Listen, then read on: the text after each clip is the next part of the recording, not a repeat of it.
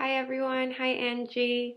My name is Jessica. Angie asked me to share some poems with you all for the fundraiser. I'm going to be sharing just a couple of poems that are all related to my own experience of going back to Colombia after not being able to go for over like 13 years. Um, so I'm just going to go ahead and read them. Thank you so much for listening. This first poem is called Self-Portrait in Glass. For years I was here and the land was there. I was there and the land nowhere. The land was everywhere. I was not there. Finally I was there and the land where was too. So many words to describe it. Aghast, colossal, bludgeoned, and not a single one to enter. For that I needed my body, part artificiality, part nakedness, a swimming pool, rainstorm emitting no force, Clorox chiseling my fingers, a light staring, blind lightning, the water electrifying, then settled as if nothing changed.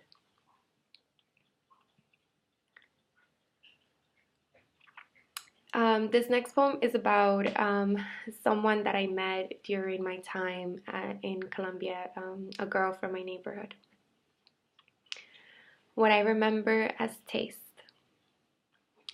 When the dude at the Diplomado de Paz blamed the war on the gays, Laura asked which gays and said she'd been a pervert for women since she was 8. Laura kept her hair short, her leg hairs grown, wore pink shorts on walks up the mountain. When in the metro I complained about older men who buzz scripted porn by our ears, she asked if I'd feel as upset if they were attractive. Laura was the quiet of a hidden laughter, the mud soft of lakes. Over the hustle of a man selling galletitas, an assortment of chocolatinas, she asked if I ever felt like cheating. Which of the guys that we met did I find attractive? Laura was my new friend and took me around my parcel of country. We went to bohemian bars, chose tequila over aguardiente on my last night. Nowadays, in the knotted bud of my womanhood, in the retoño of a second exile, this is how I long for my country, wanting to get on a plane to be the latecomer tongue in Laura's mouth. Um, This is the next poem is an untitled poem that I actually just finished writing. And like the last one, it's also about the people I met in Colombia who I fell in love with, and they taught me so much about survival and resistance and joy. It's a little strange because right now I'm experimenting with poetry and I'm really interested in sound, so it's okay if it doesn't make much sense to you, but I hope you enjoy hearing it and that you remember some lines. Yeah, so it's untitled.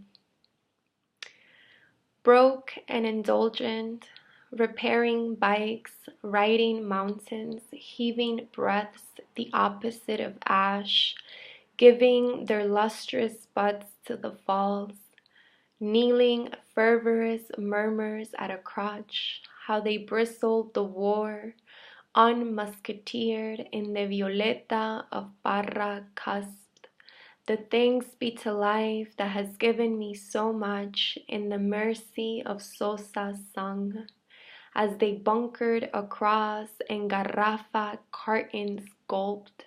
Water flamed in threesomes and rose to dial radios for the oral storytelling hour to read revenge fantasies and in a cockeyed stupor cock the crosshairs of metralletas over the boys that cordon off the neighborhood and drop bombs over the big boss president presiding in Uberrimo.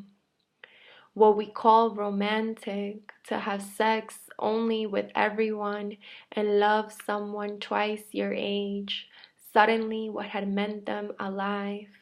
The Wednesday cross, blood on the door, Passover of the plague, not for those who live common, crossing over past the appointed hour in a flash flood of inks to some bedroom or moon-made shack to mourn at morn and quote Solis, elated, defiant when he sings, where to bury all the death of this today we so much live. And I'd like to share one more poem that was not written by me. It was written by one of my students during an exercise that we did in my class where we had to write about someone else's experience. So my student, her name is Bridget, she's 10 years old, wrote about the time I went back to Colombia. And now I can never write a poem about that because this one is so perfect and it really captures how I felt when I got there. When I came to Colombia, I felt like I squeezed an orange. I just laid down and the grass felt like my bed.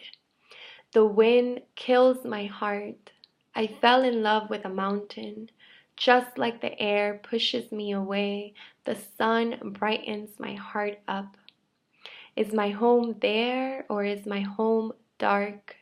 Just open my chain with a big smile for a tree. Just hug a tree. People think I'm crazy, but I'm just happy like a clown. I just sit on a wood bench and wait for a bus. The bus sees a smile in my heart. Thank you everybody for listening. I hope you all have a beautiful night.